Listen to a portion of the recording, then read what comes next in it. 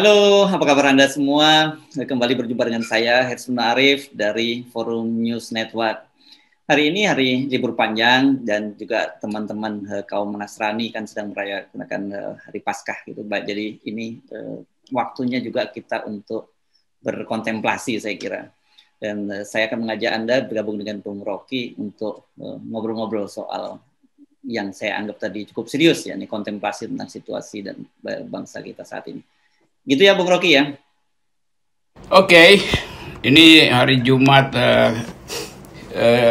Nasrani Ya. merayakan sebagai sering disebut Good Friday, tapi juga bisa disebut Black Friday. Itu uniknya tuh. Jadi Jumat Agung artinya hari Jumat yang dimuliakan karena pengorbanan Yesus, tapi sekaligus dianggap sebagai Black Friday. Jadi bagian pengorbanan itu diterangkan dalam upaya untuk mengingatkan tentang kejatuhan manusia gitu. Jadi selalu ada dua dimensi. Sama dengan soal moral, soal politik juga selalu ada dua dimensi dengan fenomena yang sama. Oke. Itu tapi apapun kita ucapkan selamat buat teman-teman kaum Nasrani. Ya, selamat hari Jumat Paskah. Nah, saya ingin mengajak Anda, kalau biasanya kan kita bicara current issue gitu. Kita bicara juga current, tapi current situation. Jadi bukan current situasi yang baru ini. Saya teringat kemarin ketika Anda bicara soal tragedi Sisyphus dan kemudian juga tentang masa depan demokrasi Indonesia. Saya setelah berbincang dengan Anda, saya merenung-renung, jangan-jangan memang kita itu memasuki situasi semacam itu. Tragedi Sisyphus yang mendorong batu ke atas bukit, tapi nggak pernah sampai di atas. Itu saya kira itu yang paling tepat menggambarkan situasi bangsa kita saat ini. Wah, ini jadi Jumat kontemplatif nih kalau kita memakai... Selalu mitologi Yunani itu punya dua segi itu. Sama dengan tadi soal Good Friday, ada Jumat Agung sekaligus Jumat Hitam. Karena ada yang bagus karena harapan dan ada yang disebut penderitaan itu. Dan demikian juga Sisyphus. Sisyphus itu, orang selalu ingat Sisyphus dalam arti kesia-siaan usaha itu. Karena setelah sampai di puncak, batunya jatuh lagi ke sebelahnya, dia balik lagi itu. Dan mungkin sekali betul bahwa politik kita itu mengalami sindrom Sisyphus itu, yaitu mengulang sesuatu yang seharusnya tidak perlu lagi kita ulangi, yaitu demokrasi. Demokrasi udah tiba di puncak sebetulnya. Di zaman SBY kita udah dianggap sebagai demokrasi nomor 3 di dunia itu. Dan setelah Pak Jokowi, lalu semua indeks demokrasi kayak turun lagi seperti batu Sisyphus yang menggulir lagi ke bawah dan mesti didorong ulang. Yang dorong itu justru adalah pers dan masyarakat sipil. Sementara kalangan intelektual udah putus asa untuk mendorong ulang batu itu. Partai politik juga terengah-engah untuk mendorong kembali batu itu ke atas. Jadi itu keadaannya. Tuh saya menganggap bahwa ini semacam kutukan, yaitu orang nggak mau belajar dari kesalahan itu. Bahkan lebih gila lagi, orang menganggap bahwa ya udah kita ulangi lagi itu menuju periode ketiga gitu kan itu yang terjadi kan. Jadi absurditas, itu istilahnya itu saya ingat lagi. Sisyphus itu selalu diingat di dalam filsafat absurditas, mengalami hal yang nggak masuk akal gitu, mengulang sesuatu yang sebetulnya bisa kita hentikan tuh. Itu sebetulnya keadaan kita, dan di dalam mitos Sisyphus kita mengerti bagaimana usaha manusia itu menjadi hampa karena harus mengulangi dari awal. Nah, begitu juga demokrasi, kita mau dorong ulang tapi dihalangi justru oleh mereka yang paham tentang nilai demokrasi. Para surveyor kita itu mereka paham, tapi mereka halangi demokrasi demi amplop surveyor. Intelektual, kampus, dosen, rektor paham demokrasi, tapi mereka halangi mahasiswanya untuk menuntut demokrasi menjadi terbuka tuh.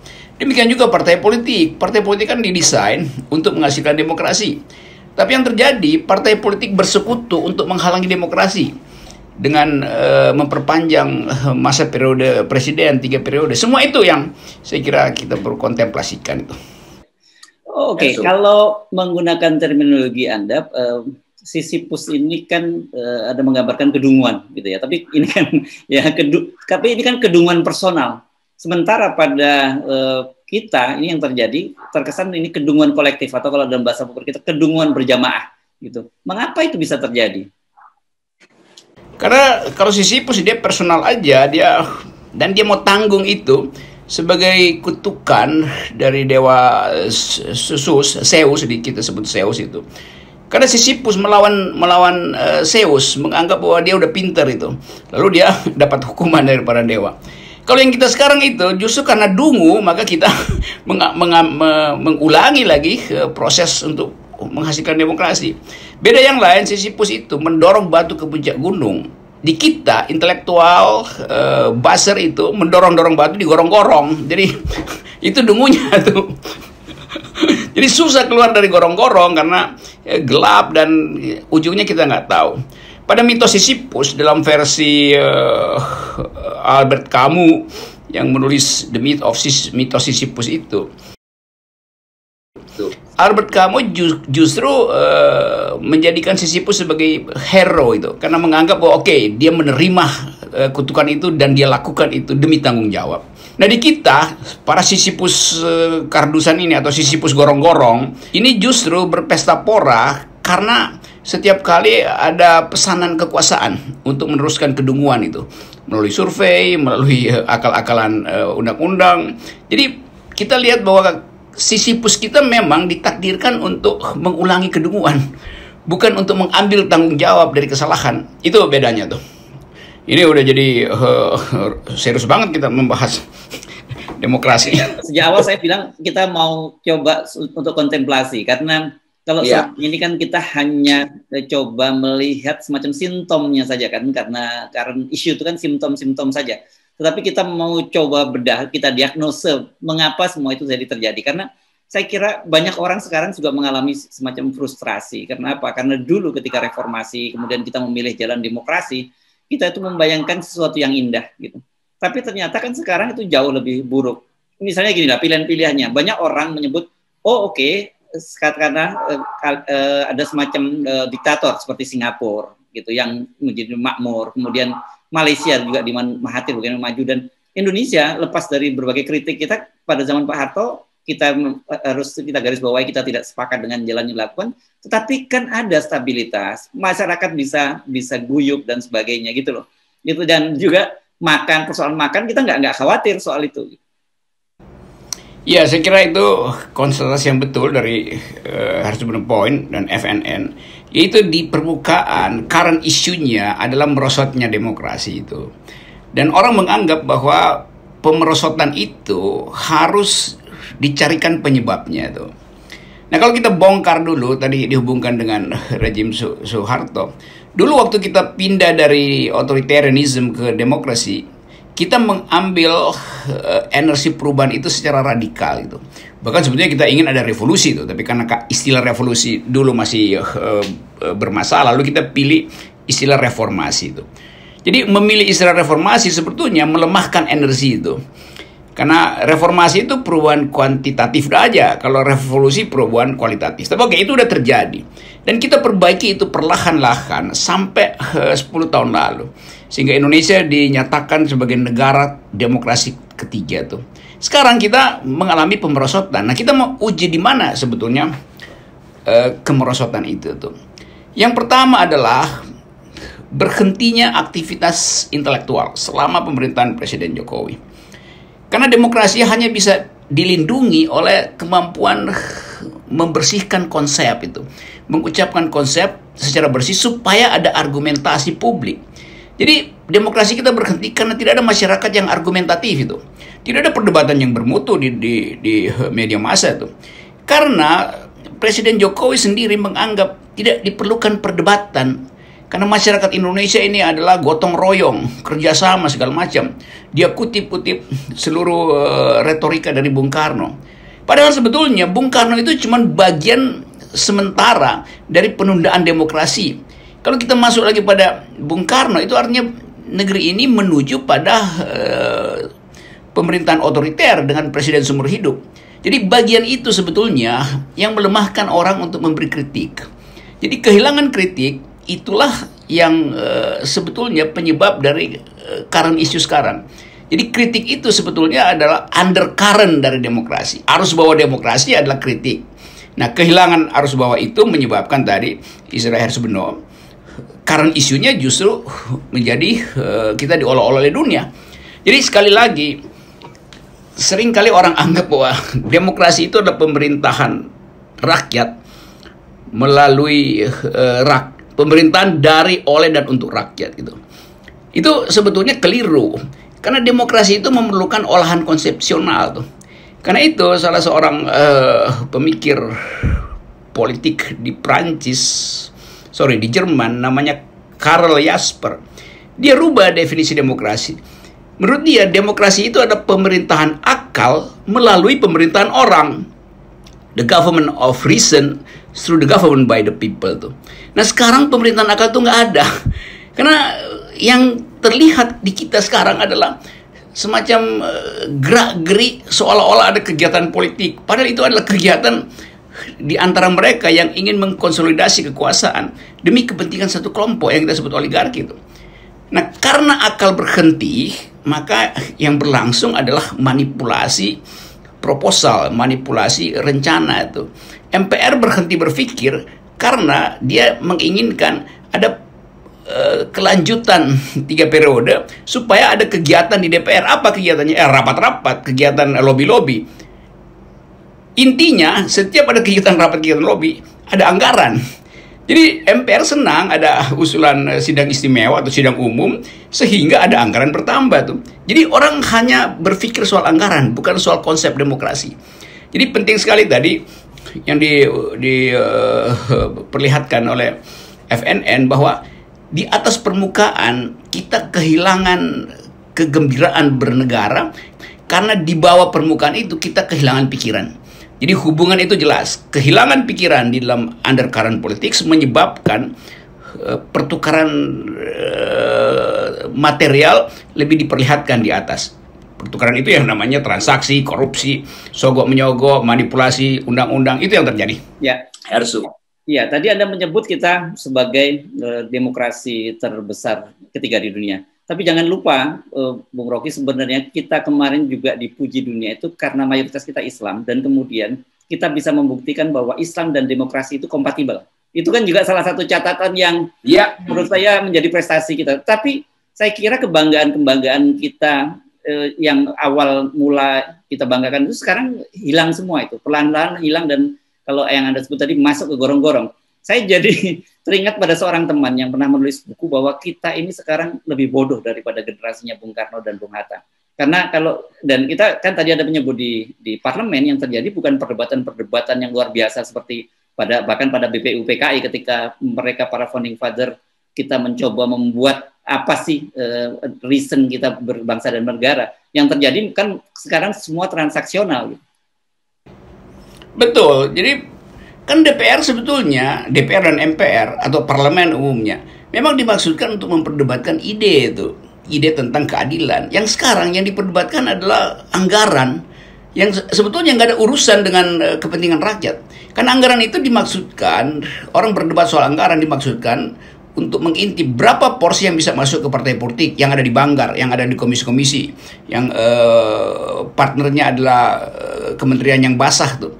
Jadi betul kita kehilangan kemampuan untuk mengaktifkan demokrasi dengan konsep. Kan macet semua pemikiran konsepsional gitu. Bahkan pers yang sebetulnya harus waspada terhadap permainan isu teror hari ini, justru seolah-olah hanya ada satu tata bahasa. Buat teror itu dasarnya adalah kebencian terhadap kelompok lain oleh Muslim. Jadi Muslim dianggap sebagai teroris.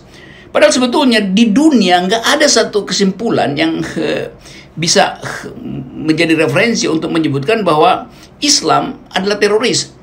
Bahkan agama yang lain pun dianggap bukan sumber terorisme. Terorisme itu adalah semacam sakit hati sosial, bukan sakit hati religius. Di mana ketidakadilan, di situ tumbuh kekerasan itu.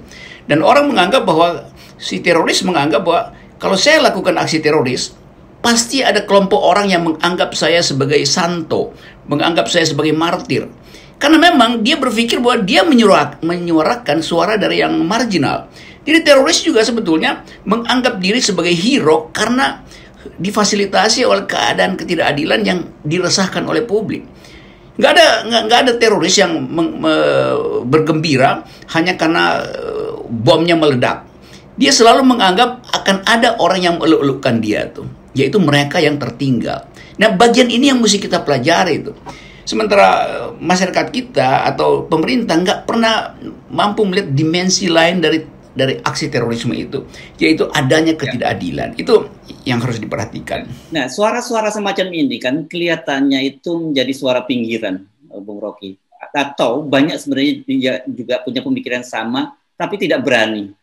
Kampus-kampus seperti kita ketahui selama ini kan menjadi tiarap karena mereka tahu bahwa untuk mendapatkan jabatan di kampus, birokrasi di kampus harus dekat dengan kekuasaan, memuja kekuasaan kan begitu. Dan kemudian kalau kita lihat di pemerintahan itu jauh dari harapan kita untuk ada kesadaran semacam ini. Apakah dan apalagi kemudian kita lihat sekarang ini ada wacana 3 periode dan sebagainya. Saya kok jadi melihat ini bukan pesimis ya. Kita ini masih akan berjalan panjang di lorong yang gelap. Betul, dan mestinya kan kekuasaan itu dihalangi masuk dalam kegelapan oleh koridor-koridor kampus. Kan mestinya kampus itu bikin lorong terang, karena hanya kampus yang punya metodologi untuk menemukan persembunyian kekuasaan di gorong-gorong tuh. Tapi yang terjadi kampus ikut serta berlomba-lomba masuk gorong-gorong karena ingin dapat akses langsung ke istana tuh. Bayangkan misalnya dalam 1 tahun ini berapa banyak plagiasi yang bahkan dilakukan oleh tingkat pemimpin universitas yang nggak bisa diproses karena si tokoh intelektual ini, tadi ya profesor, doktor yang plagiat itu punya akses pada kekuasaan. Dan kampus diam. Kenapa? Karena kampus merasa kalau dia persoalkan, nanti dia juga akan kena hal yang sama. Karena dia juga sebetulnya udah lakukan berbagai macam pengkhianatan intelektual. Mulai dari mengklaim skripsi mahasiswa sebagai riset bersama hanya untuk dapat kredit yang disebut cum. Jadi saya lihat kampus itu jadi industri pengumpul sertifikat aja tuh. Jadi kalau orang mendapat sertifikat ikut seminar di kampus. Padahal setiap kali saya dengar ada seminar di kampus, saya perhatikan itu dosennya datang hanya untuk dapat cum karena disebut seminar internasional tuh. Kenapa? Karena seminarnya pakai bahasa Inggris. Jadi kalau pakai bahasa Inggris sebenarnya internasional, walaupun yang ngomong abal-abal. Dan yang datang pun nggak mau bertanya, apalagi duel argumen di forum internasional. Diam, duduk, terus nunggu panitia bagiin sertifikasi kan. Jadi bayangkan kampus itu menjadi lorong kegelapan pengetahuan. Paralel dengan gorong-gorong kekuasaan yang memang sengaja untuk menggelapkan demokrasi agar supaya bisa melakukan korupsi terus-menerus. Kan kalau demokrasi itu tertutup, maka korupsi jalan terus. Sama dengan COVID itu. COVID itu jadi alasan pemerintah untuk menghalangi demokrasi, memperkuat kekuasaan, dan mencuri uang rakyat dengan alasan COVID itu. Itu yang berlangsung sekarang tuh. Jadi betul sekali tadi bahwa ini negara kehilangan aspek esoteriknya, aspek kontemplasinya itu, aspek kerohanian dari demokrasi yang adalah keributan, riuh seolah-olah sedang bicara tentang konsep. Padahal itu adalah tadi tukar tambah kepentingan aja, dan tukar tambah kepentingan selalu dasarnya adalah uang, dan uang. Ya, Bung Rocky, ketika membuka percakapan ini kan saya berjanji mengajak kita untuk berkontemplasi, bukan meneror, ya. Nah, supaya kita tidak terjebak karena sudahlah kita juga tidak setuju dengan teror-teror yang ada, dan apalagi juga orang yang melakukan teror terhadap masyarakat gitu. Ada selain ada terorisme, ada state terrorism kan gitu ya. Ada terorisme yang dilakukan oleh negara. Nah, saya ingin kita tidak terjebak dalam hal yang sama dan kemudian seolah-olah kita berada dalam labirin. Menurut Anda, kita ini dalam posisi sebenarnya memang betul sedang terjebak dalam labirin, atau sebenarnya kita tidak mau saja menemukan jalan keluarnya? Memang kita terjebak di situ, tetapi tidak berarti semua orang ada di dalam gorong-gorong. Sebagian memang mulai sadar keluar dari gorong-gorong, sebagian bahkan mempersempit gorong-gorong itu. Jadi kaum intelektual, saya baca uraian dari Ubaidillah yang dosen muda di UNJ. Saya baca tulisan dari siapa namanya, Rizal Fadila atau siapa itu, dan iya, itu ada kontemplasi bagus untuk mengingatkan bahwa bangsa ini masih bisa diselamatkan kalau kaum intelektual memproduksi pikiran kritis. Kalau FNN dengan sendirinya ambil inisiatif, memang FNN memutuskan diri untuk mengambil inisiatif untuk menghentikan kedunguan dan membuka secara lebar percakapan politik publik dengan konsekuensi yang menyerempet-nyerempet bahaya. Tapi memang kita mesti ambil risiko itu tuh. Karena kalau sebagian besar orang yang mengerti justru bergerombol di dalam kekuasaan, maka kita kehilangan kemampuan untuk mengingatkan lagi bahwa negeri ini didirikan oleh mereka yang berpikir bagus tuh. Founding person kita adalah orang-orang yang membaca, yang tajam dalam menganalisis politik dunia tuh, dan memenangkan banyak perdebatan di dunia sehingga kita dimerdekakan oleh pikiran. Jadi bangsa ini dimerdekakan oleh pikiran. Sekarang pikiran itu ditutup oleh kedunguan tuh. Jadi kita mau buka keran kedunguan itu. Nah, kita hanya bisa mengucapkan ini dalam upaya untuk wake up call. Bahwa hey, ini bangsa yang pernah bertumbuh dengan pikiran. Bukan bangsa yang sekedar kerja tanpa konsep tuh. Itu yang menyebabkan orang sekarang melihat bagaimana infrastruktur yang pernah dibangun oleh Jokowi mangkrak di mana-mana itu. Ada bandara besar di Majalengka yang dipromosikan sebagai pintu masuk untuk pariwisata, pintu masuk untuk memperlihatkan kemajuan ekonomi Indonesia. Sekarang dia jadi bengkel pesawat rusak kan. Jadi bayangkan kontrasnya tuh. Dan nggak ada kampus yang bicara itu. Seolah dianggap ya itu udah nasib lah kalau memang nggak ada penumpang. Lo desain dari awal ngaco tuh. Jadi hal semacam itu yang saya pikir mesti kita ingatkan. Kendati kita hanya sedikit, tapi kita percaya bahwa di dalam pikiran yang sedikit, kalau kualitasnya tajam, maka akan banyak orang yang menunggu sebetulnya pecahnya gelembung kedunguan ini dan melihat kembali bahwa oke, Sisyphus sekarang sudah sampai di puncak. Kita ingin supaya batu demokrasi itu kita jadikan menara di puncak gunung keadilan sosial. Dan dalam situasi begini sebenarnya saya merindukan kembali ke masa lalu, Bung Rocky. Karena saya baca-baca gitu bagaimana mereka, para politisi kita, para founding father kita bisa berdebat dengan sangat keras di konstituante gitu. Dan kemudian mereka bisa pulang berboncengan. Dan yang berboncengan ini tokoh Masyumi dengan tokoh Partai Katolik. Saya lupa nama tokoh, tapi Pak Kacimo yang Kacimo, ya. Nah, padahal kita membayangkan sekarang yang terjadi adalah tidak terjadi perdebatan di gedung parlemen, yang terjadi mereka sambil menyedot sigar dan bagi-bagi proyek di pojok-pojok, di kafe-kafe house, di hotel-hotel mewah di Jakarta. Jadi contrasting yang luar biasa. Itulah paradoks kita hari ini. Sebetulnya itu paradoks yang bisa dihindari. Kalau pemimpin negara kita setiap 2 minggu aja misalnya, dulu saya pernah usulkan, setiap 2 minggu harusnya presiden kasih public address supaya orang tahu bahwa istana itu adalah istana yang isinya pikiran tuh, bukan isinya transaksi tuh. Tapi nggak terjadi karena beliau memang tidak mampu untuk mengaktifkan dimensi pikiran. Nah, kalau dia nggak mampu, harusnya teman-teman LSM yang ada di situ yang mensuplai paper kecil setiap 2 minggu. Pak Presiden, ini penting diucapkan tuh. Terus dibikin rekayasa kecil supaya presiden paling nggak menyapa publik dengan gagasan gitu. Bukan menyapa dengan saya mau hindari kata kedunguan, tapi seringkali itu nggak bisa saya tahan itu kan. Bayangkan misalnya kalau Presiden Jokowi ikuti aja misalnya cara Presiden François Mitterrand dulu di Prancis. Setiap minggu dia kumpulin semua orang yang protes pada dia maupun pendukung dia supaya dia well informed dengan tadi current issue tuh. Jadi kan enak tuh presiden bergaul dengan macam-macam orang, coffee morning atau kopi sore itu, dan dia dapat insight, oh begini keadaan dunia, begini keadaan desa, begini keadaan LSM, begini keadaan universitas. Ini presiden nggak ngerti apa-apa keadaan mutakhir kita tuh. Jadi itu keadaan yang Herr Subono sebut tadi, current affair, current issue, current ideas, kekuasaan nggak ngerti. Karena itu dia terus-menerus bereaksi secara kasar aja kan.